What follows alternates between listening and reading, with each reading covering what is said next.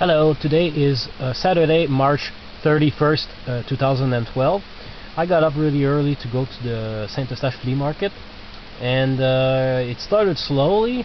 I was disappointed by the small turnout, but people started arriving, and I ended up spending 4.5 hours there, and I got several records. And nobody got a deal just seconds before me. Well, yeah, I missed out on one record, but no big loss like last year. Okay, first of all, I got 278s for $1 each. Okay, this is on no Elvises or anything like that, but I collect the Three Sons, and these 278s are scratch free. They're not mint, but they're really clean. This is eccentric, and this is, I'm looking over a 4-leaf clover. I'm hoping that I don't already have it. I have doubts. I don't know. I'll have to check.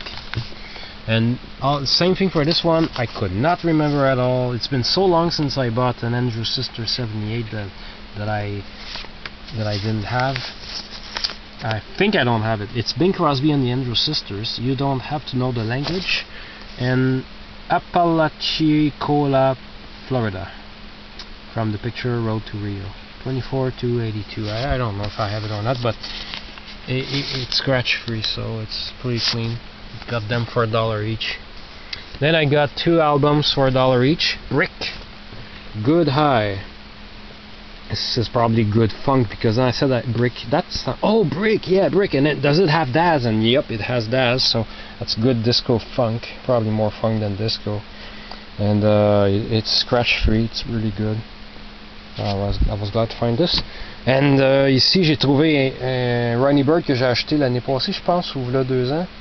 Puis ma copie, la pochette était toute dégueulasse. Celui-là, non seulement, moi je l'ai pris pour la pochette parce que la pochette est vraiment belle, mais le disque avec il est beau, c'est cool au bout. Donc, je suis pas mal content d'avoir trouvé ça. French rocker from France, and he's really good. His records are hard to find.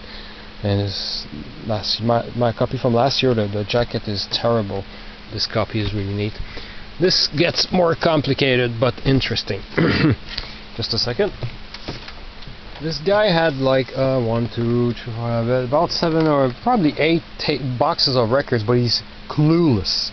He tried to sort them out with different prices. These boxes are this price and those boxes are that price. He had boxes starting at one box at 50 cents, but it was all scratchy junk. Several boxes at $1 each, and 3 for $2. Some boxes at $2. Some boxes were like $4, and some were $5.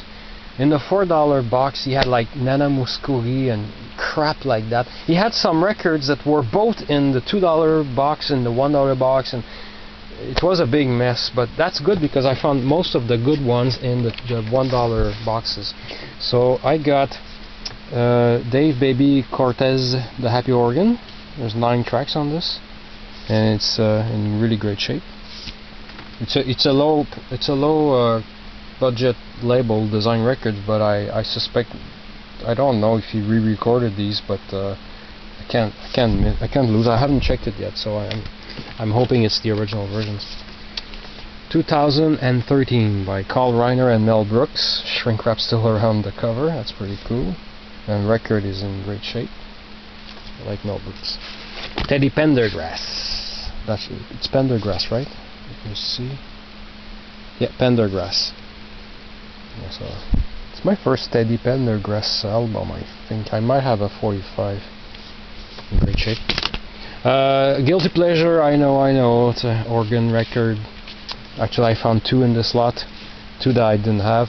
Little Green Apples by Lenny D, my favorite organ player. I love his records. I love them so much, it's a guilty pleasure. They're worthless, but if they're mint and I don't have them, I pick them up. And this one is in great shape. The shrink wrap's still around it. Bill Withers. Oh, this one was at the very end of the last $1 box. Still Bill. He's happy. And has Lean on Me on it. I was hoping it would have a Harlem on it, but it doesn't matter, because my 45 of Harlem is in great shape, and it's a gatefold. This is the other guilty pleasure, Lenny D organ favorites, and it's in stereo. It's in great shape. I'm almost my collection is getting pretty full. I have a lot of Lenny D's. And this one I was happy because it's hard to find. They're Coming to Take Me Away, haha, by Napoleon 14 on the Rhino record label. And yep, it's all there. That's in my belfry. I live in a split level head. The nuts on my family tree. The place where the nuts hunt the squirrels. Doing the Napoleon. Okay, that should be interesting. And the record is in great shape.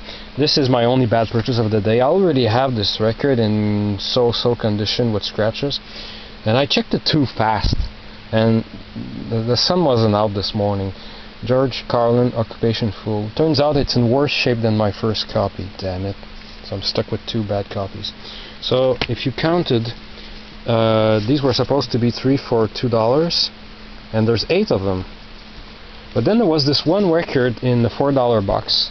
I put it in the front of the box and continued checking the other boxes, hoping that I would get a deal because it was way too expensive. It's a rare François Hardy record. I love this record jacket. I've been looking forward to finding this one record because my François Hardy collection is really good. I'm not missing many records at all.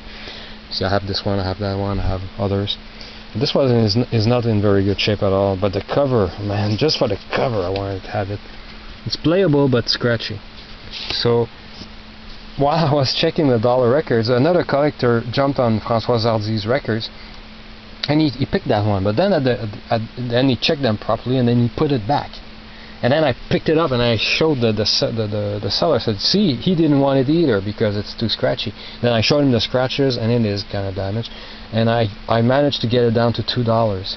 Well, it turns out that the last 2 records come to, because I paid $7 for the lot, so that comes to the 6 first records were 66 cents each, 3 for $2, and those 2, if we count those 2 as 66 cents, this one comes to, wait a second, $1.33, right? No, 166 and 66 cents each, so that's not bad for a rare record. And one day I'll get an upgrade copy, but that could take a while. I've never seen this one, so I'm pretty glad.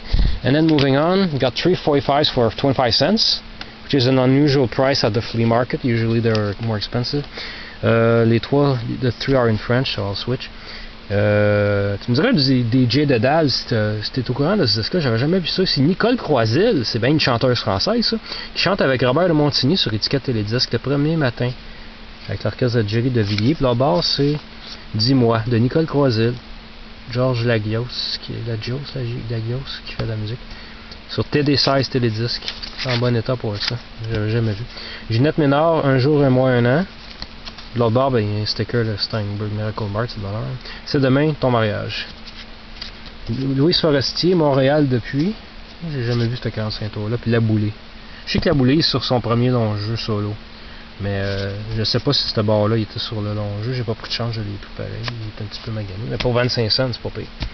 And then I got another table that had a lot of records. And the albums were $2 each. And the 45s were only 25 cents each. But in 2 boxes of 45s, I only managed to find this. I got, well, the Rick Astley sleeve here, it was empty. Never Gonna Give You Up. You've been Rickrolled, by the way. Haha. And I might have the 45, I probably have it, but I probably do not have the sleeve. So I took this one record and put it in that sleeve because the record was not there. And this is a K-Tel Superstar Chansa tune.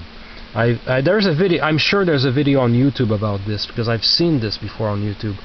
And it came with a game, a board game. I don't have the board game, but now I have the record, which is probably harder to find than the board game.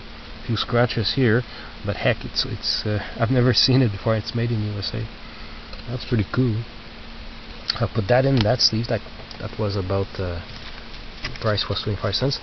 Here, 4 LPs. I managed to get the 45 and the 4 LPs for $6, because 2 of them I was not ready to pay $2 for them.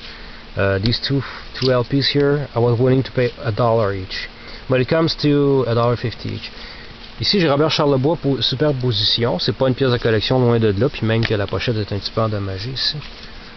Mais c'est un des derniers Charles Lebois qui me manquait dans ma collection. Je pense que j'ai pas mal tous ces vinyles. Il m'en manque probablement aucun. Là.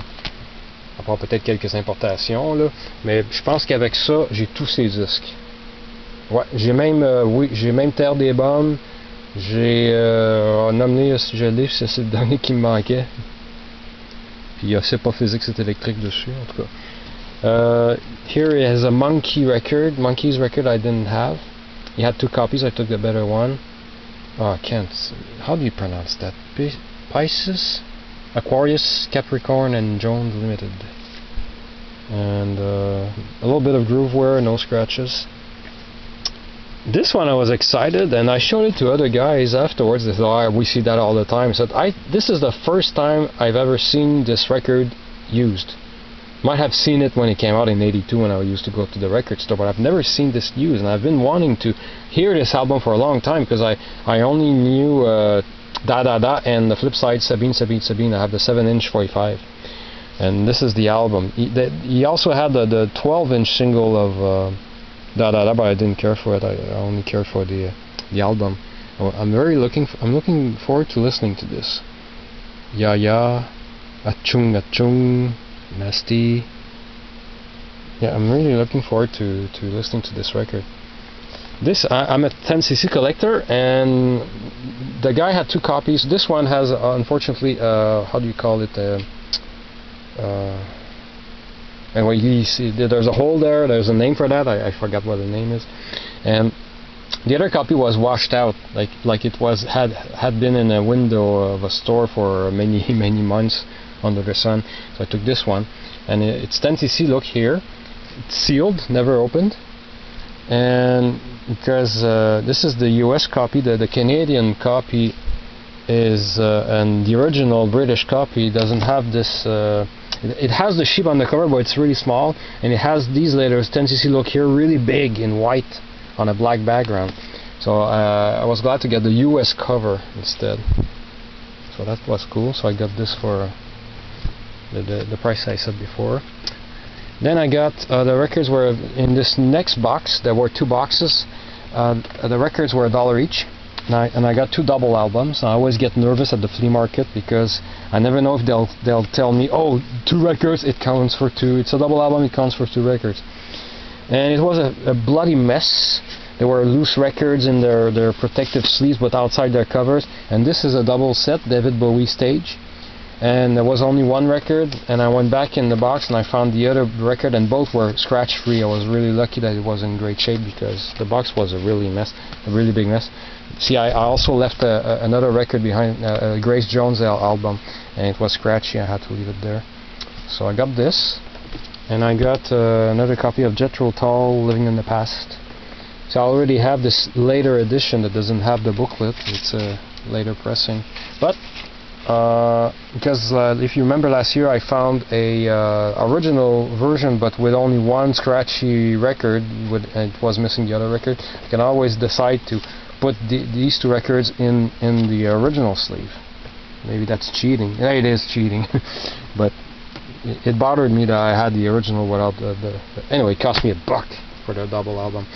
And we saw this, and I think that that almost covers it. Nope. And then at very late in the morning, it was 10:45 a.m., which is really late at the flea market. It was a small stack of records on the floor, on the ground, I mean. And I go through it, and bang, Bo Diddley, Another Dimension. Shrink wrap still on it, a little bit dirty, but I can clean it up. It's a US pressing. The record is minty, no scratches, and I got it for $1. I offered $1, so sure. Oh, okay. I was expecting like $2-3, and I said, oh, I'll ask first how much it is, and it has a very funny song title on it. I said, "Shut up, women." Can't wait to play that song. So yeah, that was my Saturday morning. I'm glad I got up early this morning to pick up all of these records. Thanks for watching. K-Tel.